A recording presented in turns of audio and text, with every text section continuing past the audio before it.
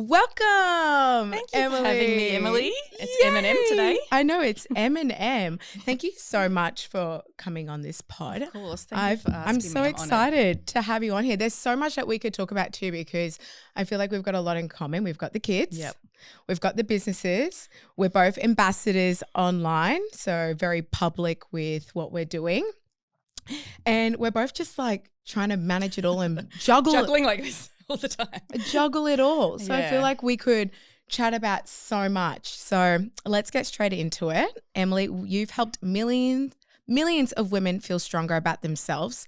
When you look back at your younger self, what do you wish she knew about her worth before the world tried to define her? I'm going deep straight away. Like straight in there, Emilee. Straight in. I love it though, by the way, none of that surface stuff.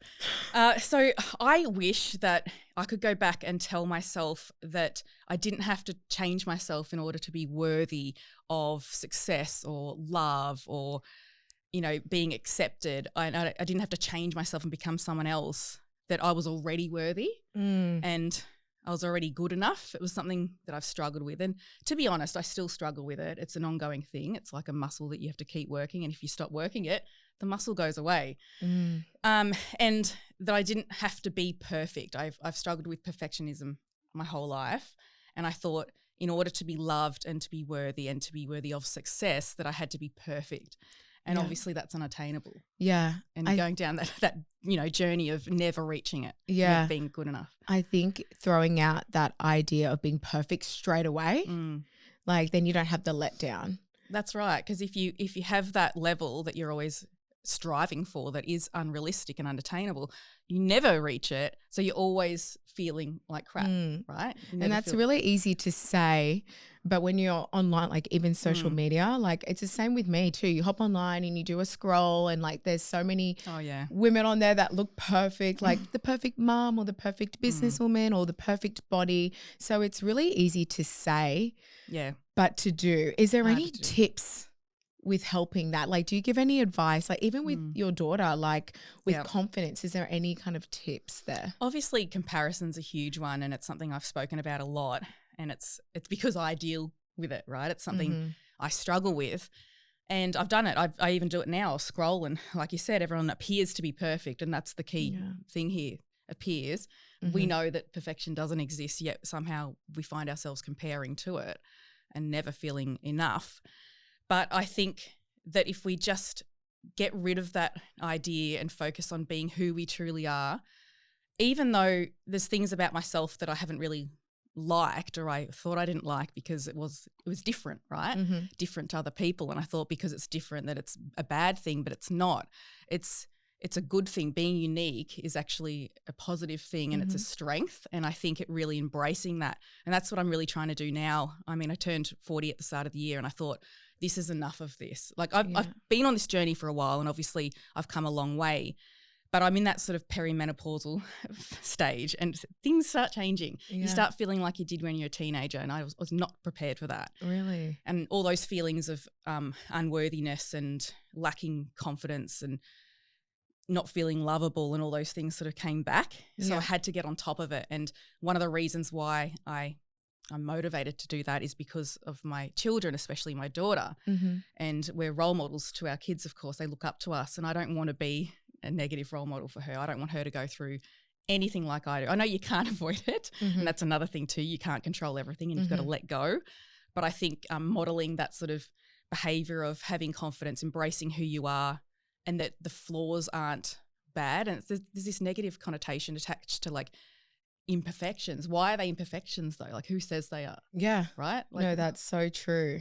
I think definitely since becoming a mum, it's been something that's helped me accept my imperfections. Yeah. Because I always think back, what advice would I give to my daughter? Yeah. Would you tell her, change, do this, compare yourself? You wouldn't. No, You'd no say, way. you're perfect the way you are. Like all the things your own parents said to you, like, you know, you don't need to put on that much makeup, or you don't need to try and impress, or you don't need to change this. I think because I'm saying that so much to my daughters, I'm like, I don't want to be a hypocrite. No. I don't want your kids mirror you. They do. I want to be a good example and, you know, live what I'm preaching to them. So I think for me, being a mum has definitely helped me with my journey. Yep. Do your kids ever like talk about confidence to you? You know, one of these moments, this moment happened to me. I'll never forget it. And it was when my daughter was like 3 or something, like super young. And she had this thing where her hair is stuck in like the growth phase where I don't know what the phase is, but it's one of the like anagental, whatever the phase is of growth, and it doesn't fully grow out. So she had this short fringe, and I had a similar thing. I've got like the worst hairline in the world, and it's like this short bit of hair that just never grows long. I know. She has the same thing, and I was insecure about it. I always have been. I'm obviously working to let all those things go. That's one of them. But she looked in the mirror and she said to me, and she was crying, and she said, "I'm ugly because of my hair." And no one had said anything. I'd never said anything. Like no one had, nothing, because she had short hair. I mean, it's grown. You wouldn't even notice it now. Yeah. Because she's got like a fringe and it covers. It's just that little bit of the baby hairs, you know. But back then it was more obvious. And I wanted to bawl. I think I did bawl my eyes out. I tried not to show her that. And I told her how, you know, she's beautiful and like, where's this come from? But I thought, she's 3. Like, does it really start that early? Oh my goodness. It makes you worry about school. It does make me worry with the peers, right? And the bullying. I got bullied, and I'm terrified of her getting bullied. I mean, she does jiu-jitsu, so she'll be right. But no, I don't condone like choke them out, doing that sort of stuff. But being able to defend yourself, I think, is a really my good kids thing. do jiu-jitsu too. Do they? Yeah, they do. It's the best for kids. It's great. I think obviously we don't want them to go choke anyone and, you know, get them in a triangle, but I think it's the confidence that it gives them. So even my daughter, she said, someone at school was saying something to her. My daughter wears glasses, and she was saying, don't you know I do BJJ? Like even the confidence. Yeah. You know, she's not going to do anything. We've taught her that. Yeah. But the confidence for a young girl. So I think that's. Especially like any age really, but being out there in the world as a young girl, we all know how, you know, that's quite terrifying. And I've had things happen to me, and I think a lot of women have stories of being in fear, you know, and just knowing that you can hold your own. Yeah, no, definitely. It puts me at ease. Yeah. Anyway, I forget what the question was. I probably went off track. I feel like you answered it somewhere in there. Let's get into fitness. Has this been a tool to help you with your mindset shift? Yeah, for sure. I was always an athletic person all through school, but I never really did anything. Like I didn't go and play a sport, or I didn't exercise every day, especially as I got older. And I went into the sort of the modelling world, and that was mostly because I was seeking that validation from others, so I could get acceptance, and that would fulfill my worthiness and, you know, love and belonging and all that stuff. And that's the wrong way to go about it. It comes from within. I know that now, still working on it. But I went what was the question? It's gone out of my head again. Getting into fitness, has that helped you as a tool? Yes. And so as I got older, I thought I really want to start exercising consistently. And this is back like 20 Was there years something that like happened that made you want to start getting fit? All through my teens, I was really depressed. I was obviously ADHD without knowing it because I've been diagnosed now. And I struggled a lot. I had anxiety. I got bullied a lot. I felt like I didn't belong anywhere and had no confidence. I was just an absolute wreck. And I sort of carried that on into my early 20s. And then I remember just thinking, I can't live like this forever. I need to do something about it. I'm not saying fitness is the only answer. It's part of it. I've, you know, gone and seeked a psychologist that I see. I still speak to a psychologist regularly. But that was one of the main things that helped, because obviously moving your body, we know the benefits and the endorphins you get from it. But the biggest thing for me wasn't the physical, it was the mind, how much it changed my mind. It cleared it. I felt more confident. And then the feelings of feeling powerful and like I could do anything translated to other areas of my life. And that's when I wanted to get into fitness and actually make it a career. And back then it was unknown, right? Like we didn't have influencers back then. It wasn't a thing. There was like, I think Facebook had just started, and I don't even think Instagram was around, or it had just started. I don't know. It was in the early days.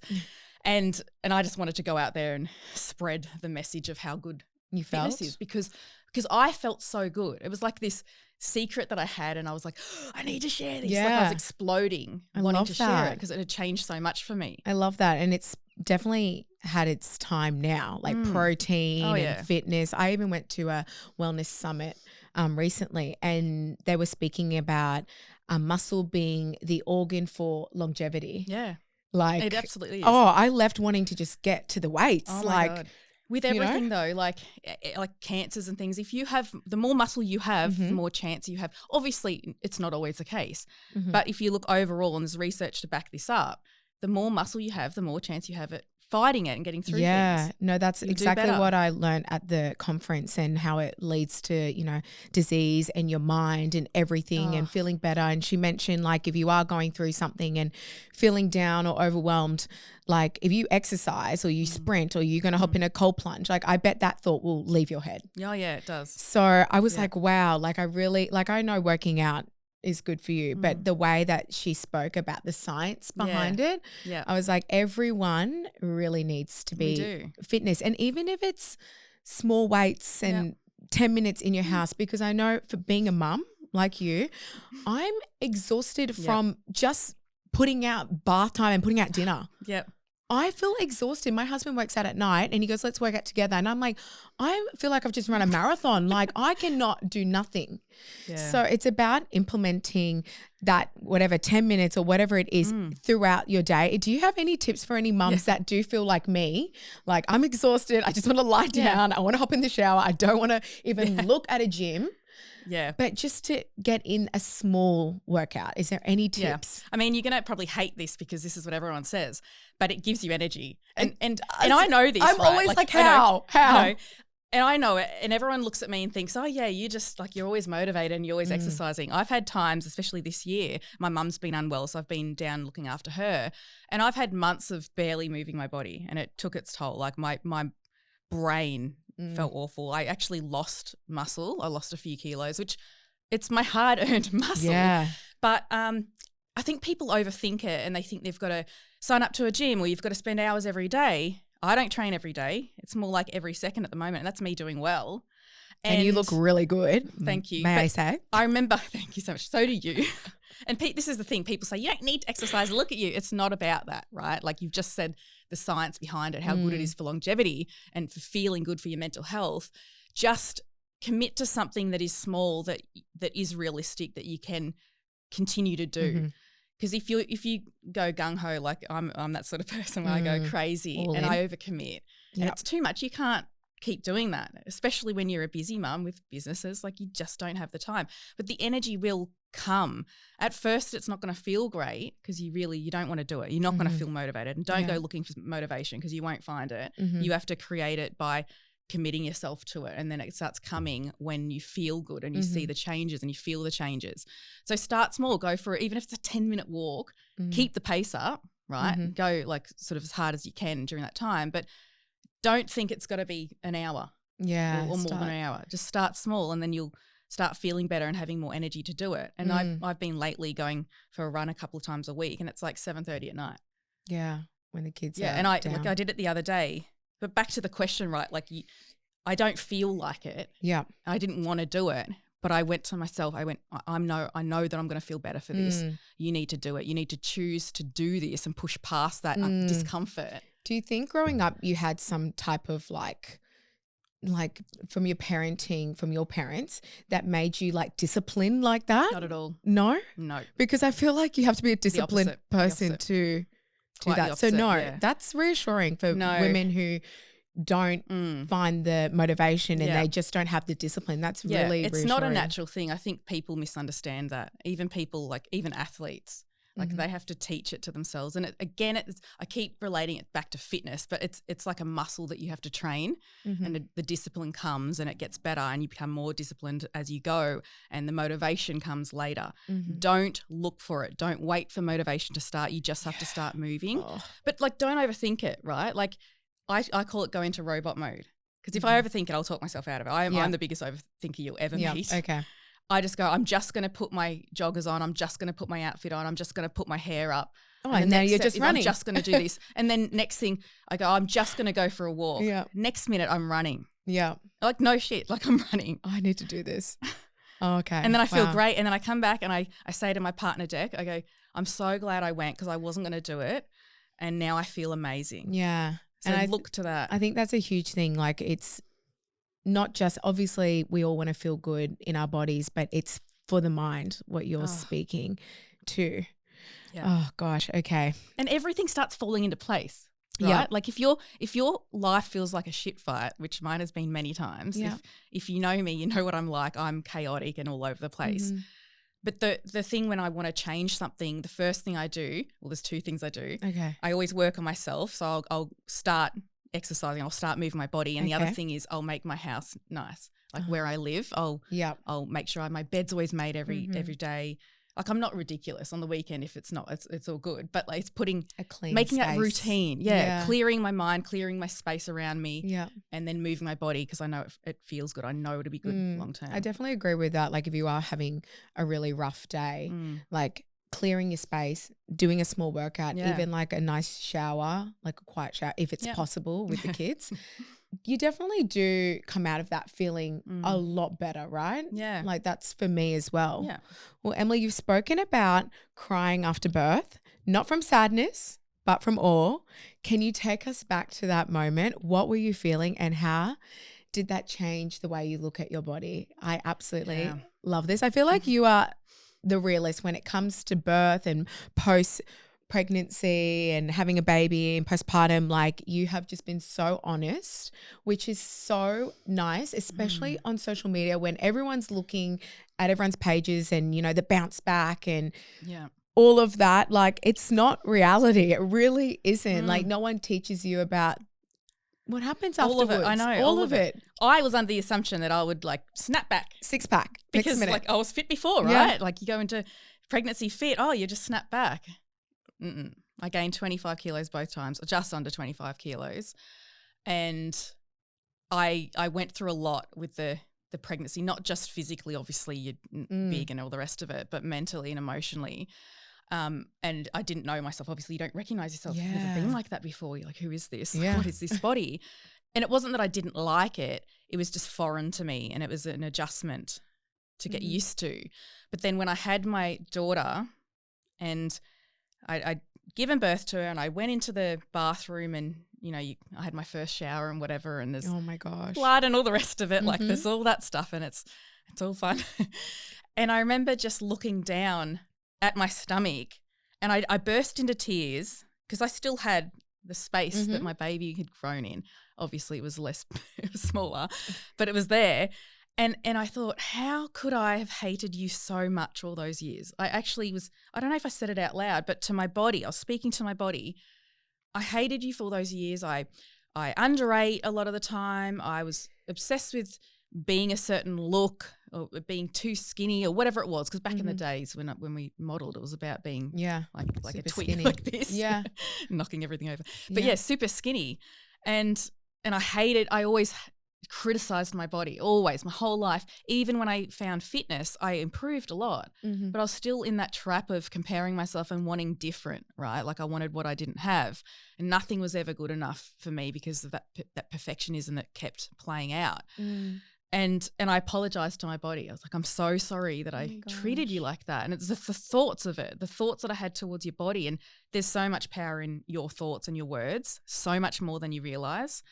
And whatever you think is your reality. Yeah. I mean, thoughts come and go, but it's taking control of that, right? And not letting it just go crazy. Yeah. And I said, I love you and I appreciate you to my body because you've grown this human, like the most important thing in my life. Yeah. You've housed this human, grown, and then breastfed as well. I was lucky enough to be able to breastfeed my daughter. My son was another story, it was a nightmare. But yeah, that shifted for me. It shifted a lot. Wow. And that's when I decided all through pregnancy I was very real as well and showed everything. But that's when I decided I'm going to show not just the there and then the end result of the training that I was going to do. I wanted to show the whole thing and how hard it was. And it was so much harder than I could ever have imagined. Yeah, wow. So hard. It took about a year. But I think that's why you've got such a loyal, engaged following that really loves you because you're honest.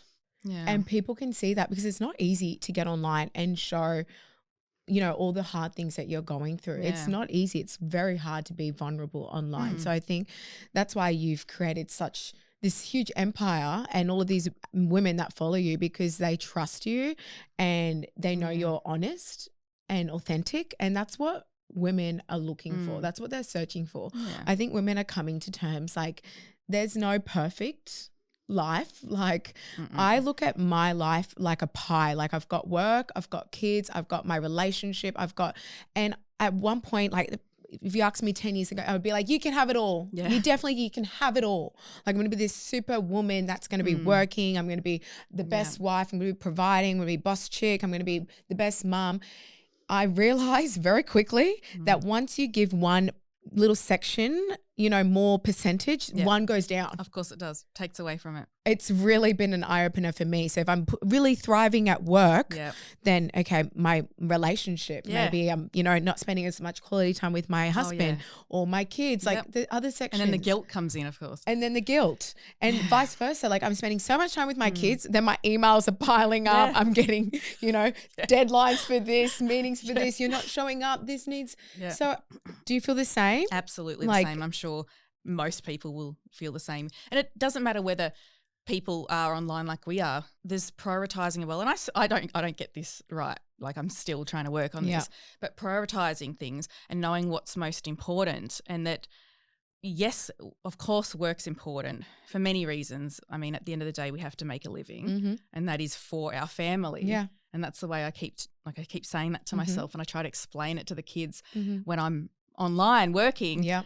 I'm not with them. They see that I'm on my phone because I'm on my phone a lot. It looks like I'm just scrolling or It looks like we're just socializing or something. Does. To everyone though. Yeah, even to my husband, I'm like, I've been doing this for 10 years now and you still think I'm just having fun on my phone. Like I'm editing, I'm replying, I don't want to be on there. Yeah. I want to be off the thing. I want to burn the thing sometimes. Yeah. I explain it to them. I'm actually working now. Sometimes I got into this, I don't know where I heard this, but someone had said, when you get on your phone and you're working, you say to people, I'm just doing work now. Like you let them know so they realize, it's work. They're not choosing that over me. Yeah. It's like you have to do it. It's part of our life. That's good. I kind of like to separate myself because otherwise it kind of does look a little bit rude too. Like I'm texting or I'm just attending to something else on my phone. And my kids too, like they do, like Giselle goes, this is you, mum, and she held her phone. Yeah. I'm like, oh my goodness. So I like to remove myself, almost like how people get to go to an office to work. I sometimes remove myself, even sit in the car. And I'm the same. And sometimes away I from wish them, that so I I'm could not do that. in front of my phone in front of them because my eldest ones, they all understand. Like that's what mummy does for work. But like Giselle, she's 4. Yeah. So I just look sometimes like I'm ignoring her. And like you said earlier, which is really great, being present in whatever thing you're kind of doing. So when you're with your kids, being off your phone and being with them, that quality. Yeah. Because there's people who are home all day, but they're absent. So being in that moment with them, I think that's really. It's the quality of the time, isn't it? Yeah, I think that's really a great tip. Yes, I'm still working on it. Me too. Always. Me too. I say it, but it's reminding yourself. It's that muscle, remember? It's that muscle, yeah, for sure. Well, Emilee, you mentioned about guilt. Yeah. Mum guilt. Do you have any tips for us with that to help all of us mummies cope with that? You're just going to be guilty for the rest of your life. Yeah. Accept it, move on. I mean, like this is what I do, right? Like I have the guilt as well. And especially this year, I've spent a lot of time down with my mum who doesn't live near me. She's on the Central Coast. So I've got to fly down and I've spent weeks and weeks, if not months away from my kids. And I'm torn because I want to be with my mum and I want to be with my kids and I've got my businesses. And like you said, like you when you're focused on one thing, something else, you're not putting that effort into it. So you can't be all things to everyone at all times. And that's the key, right? You got to remind yourself you can't be all things to everyone all the time. You've got to let go of that. You've got to let go of that pressure of doing it all and being it. And we're not perfect. So why are we expecting us to be and then feeling guilty because we're not? What? We know we're not. Yeah. So it's that reassurance and reminding yourself that we're just human. We're doing the best we can. Yeah. We're doing the best we can at the time. And you might have been able to do better yesterday or next week you might be able to do better, but today you're giving it your all. It's like that. I heard this thing the other day. If you've only got 30% to give today and you give 30%, that's 100% of what you've got to give. I love that. I feel like I've heard that recently too. It's so simple. It was on a podcast. I can't remember what it was. Well, shout out to that podcast. I don't know the name of, but it stuck with me too because it did make me think. You get to the end of the day and you go, did I give the best I could? Which might only be like that 10%, like small, but yes, I did. today, then be happy with that and move on. Don't dwell, don't overthink it. Move on with it. And you have to, like, sometimes I go, I really don't have much to give today, and whatever I'm going to give is not going to be great, so it's kind of pointless. So I need to allow myself to have that time and that space, not that there's much of it, but allow yourself to and alleviate that pressure and just chill and veg out, like, for whatever time you're able to do, and let go of it all. And every time those thoughts come in, because I get the thoughts, you should be doing this, you should be doing that. What are you doing? You're being lazy. I hate that. I can't stand, like, I always feel like I never want to be lazy. I need to be hardworking. But I think as time goes on, all the studies, I feel, especially now, sleep is having its time. It's having its time. So I say to my husband, like, studies show I need to be sleeping a lot more than I am. Women need more. I was shocked. Did you see that? Yes. Wasn't it like 12 hours or something ridiculous? We need more than men, and we need it for so many things for our health. So it's like our hormones. When I'm relaxing a bit, like, I used to feel a bit guilty, but I don't anymore, like, at all. I'm like, I need this. My body needs this. I need, whether it's, you know, playing tennis or going for a walk, I need that time, downtime to myself to refill my cup, be a better mum, be a better wife, be less snappy, less irritated. That's self-care. Yeah. It's a huge priority for me now. Yep. Do you have anything that you do personally for self-care for you? Yeah. Well, I'll give you an example. I came back from being with my mum, and it's been a real rough journey. She's got leukemia, and it's been up and down. Sorry. It's like horrible roller coaster. I mean, so many people deal with this. So it's like a roller coaster you don't want to be on. It's just you're bracing for the next thing all the time. And we nearly lost her a few times, and this time we nearly lost her again. And I'm extremely sensitive. I mean, everyone would be affected by it, but I'm like next level sensitive. And it eats at me, like everything eats at me. And then that pressure as well, because I feel like I have to be everything to everyone. So I'm like a maniac trying to do it all and look after everybody.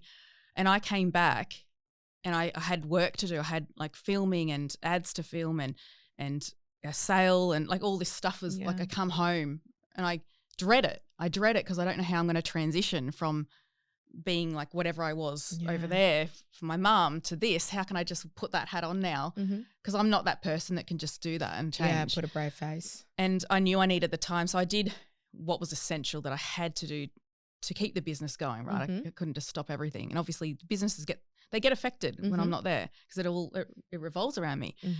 And I allowed myself some time. I did the necessities and then I gave myself about a week, whatever it was that I needed to slowly get back into that mode, that work mode and mum mode and everything mode again, because I realized that's how I am. And I used to feel pathetic for feeling that way.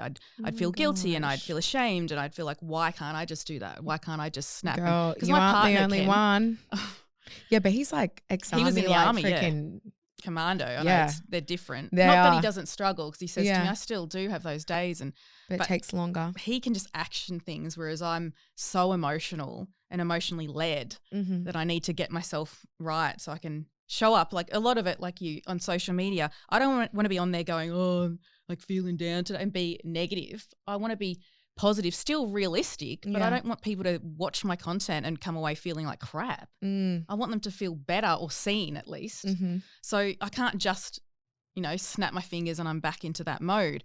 So allowing myself that, like you said, all the self-care stuff, moving my body more, but without the pressure, just whatever I felt like. And I started with walking because I couldn't handle the run yet. And nourishing my body, getting myself back to eating well because I was eating like crap when I was away because I didn't have the time to look after myself at all. And then I spoke to my psychologist and worked through all the mental stuff, all the emotional things and healing. And she said to me, my psychologist, she said, allow yourself the time because this will take time. It's like an injury. I mean, I rolled my ankle earlier this year. One of the trips when I was looking after my mum, rolled my ankle, of course. Gosh. So I'm walking through the hospital with her hopping. It was like a TV show or something, some crazy movie. But she said it's like when you injure yourself, it takes time to repair.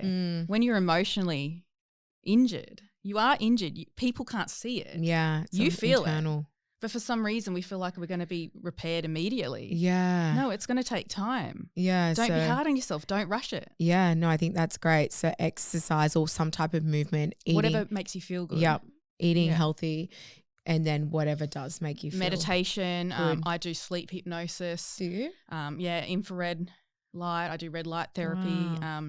You do the works, girl. A cold shower if you need, but as long as it's not going to make you feel stressed, right? Like a cool shower is nice, but if you're going to feel stressed, don't do it because it can do that. Yeah, I've heard such mixed things about cold plunges for women. Like, yeah, it's really great. And then for women with high cortisol, is that it? It can cause more. Yeah. Yeah. So I'm like, oh, there's so much information out there. Saunas are better. They are? In my opinion, and looking at the research. Yeah. And I've just got a sauna now, so I'm hoping to get that up and built so I can have a bit of self-care away from the kids. You know, I think that will be a nice little unwind session for me. Yeah.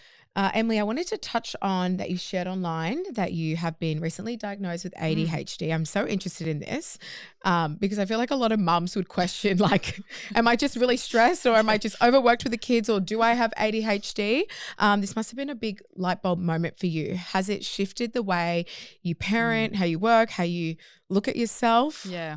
I mean, I feel like we all have a little bit of ADHD. I feel like this is the thing. Like, obviously, there's that whole like, why label it, blah blah blah. For me, it was really good because then I could go, oh, that's what this is, and then I researched and learnt a lot about myself. Obviously, it's not like everyone's exactly this. We're all different. We all are unique. But it was that realization that I'm not broken. All these years, I'd beat myself up because I wasn't a certain way or I couldn't just function the way others could. I don't function like other people. My natural state when I wake up every day is extreme depression, extreme like anxiety for the day ahead, not knowing how I'm going to face the day. Even if there's nothing on, I feel this like feeling of dread. Really? Right? My whole life. Wow. Like even when I went to school, like I barely ever went to school because I couldn't even function to get to school. I was so bad. So that for me, it was both. I was upset about it because all those years I went struggling, not knowing, not getting the help that I needed. Yeah. But then it was like, like a feeling of relief. Yeah. And feeling a bit like I was free finally, and that now I can. I don't know why, but I felt like now I can be myself because I'm this way. I'm ADHD, and again, it's not that label where I've always got to.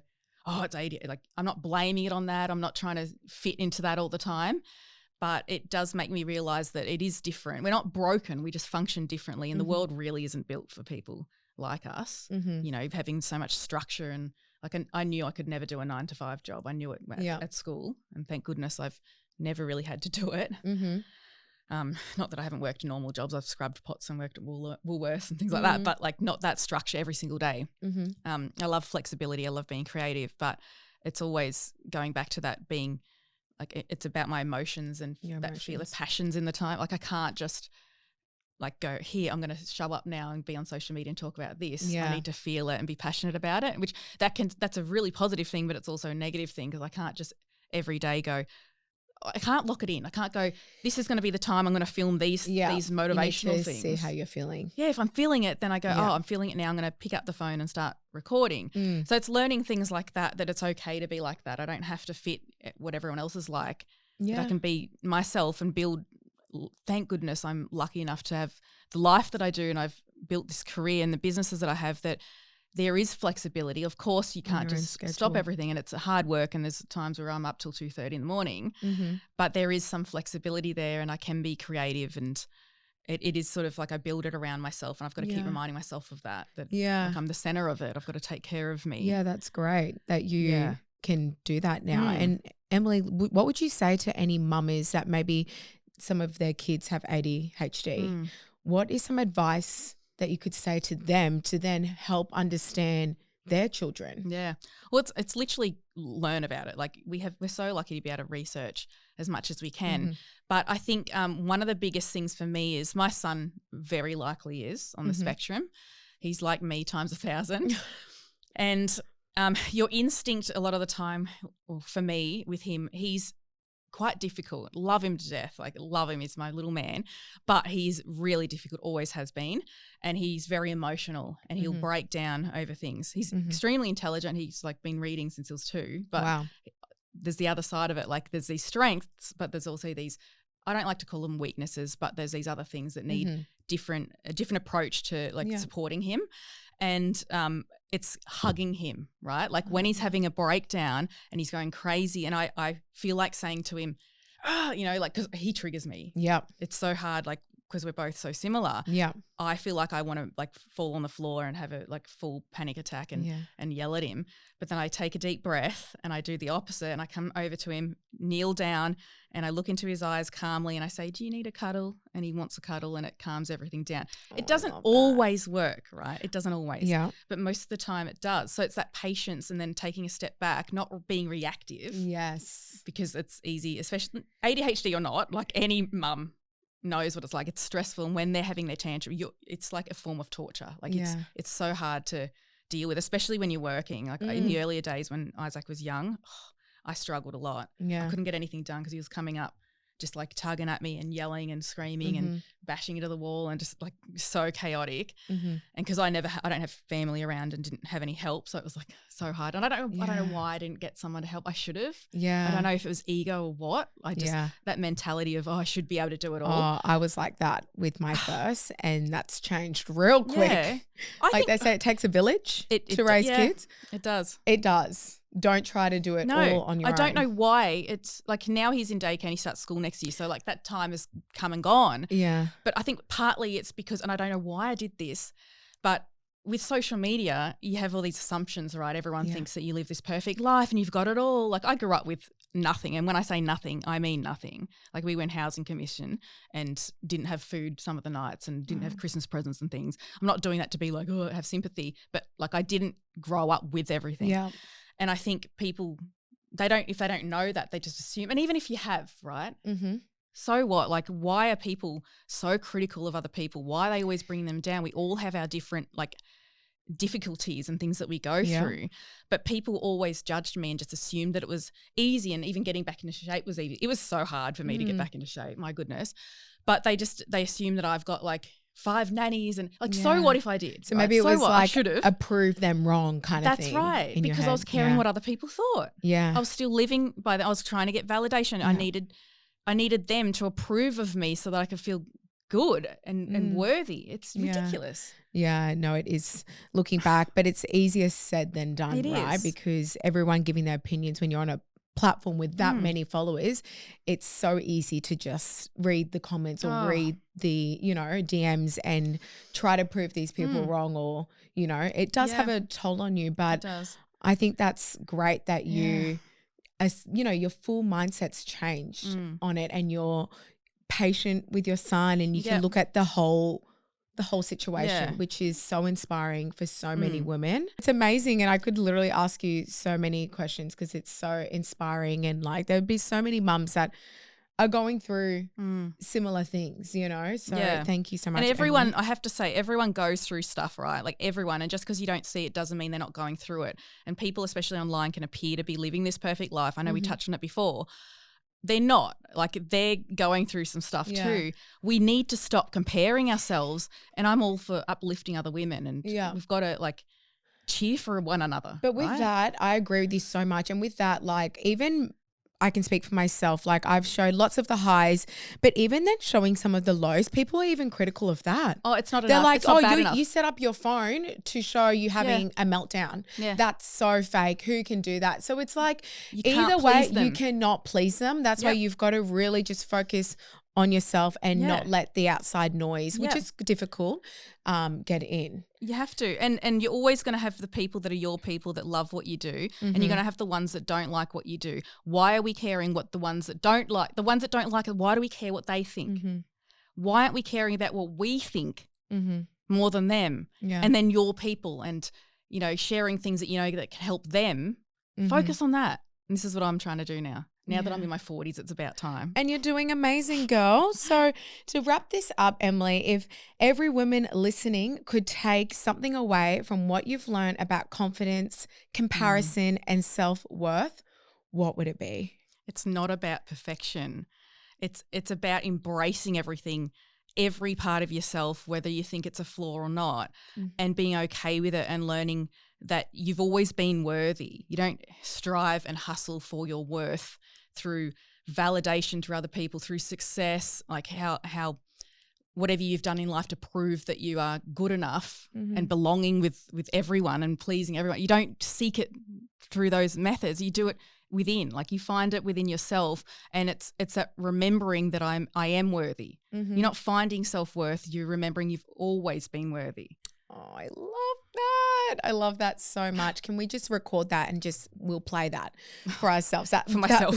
For myself, for yourself too. But that was amazing. Thank you so much, Thank Emilee, you for having me. for coming in. You are so inspiring to so many women, and just like that inspiration that I needed today, you know, with the juggle, with the madness, with all of it, and you just want to have a little meltdown. It's like, no, be in the moment, knowing you're worthy. Yeah. And I took from this, taking that, you know, just if it's a walk, putting on the sneakers, putting on the activewear, and just moving your body, that follows through to your mind. So thank you so much, Emilee. Thank you, Emilee, for having me. Emilee, such an honor. Yay, thank you.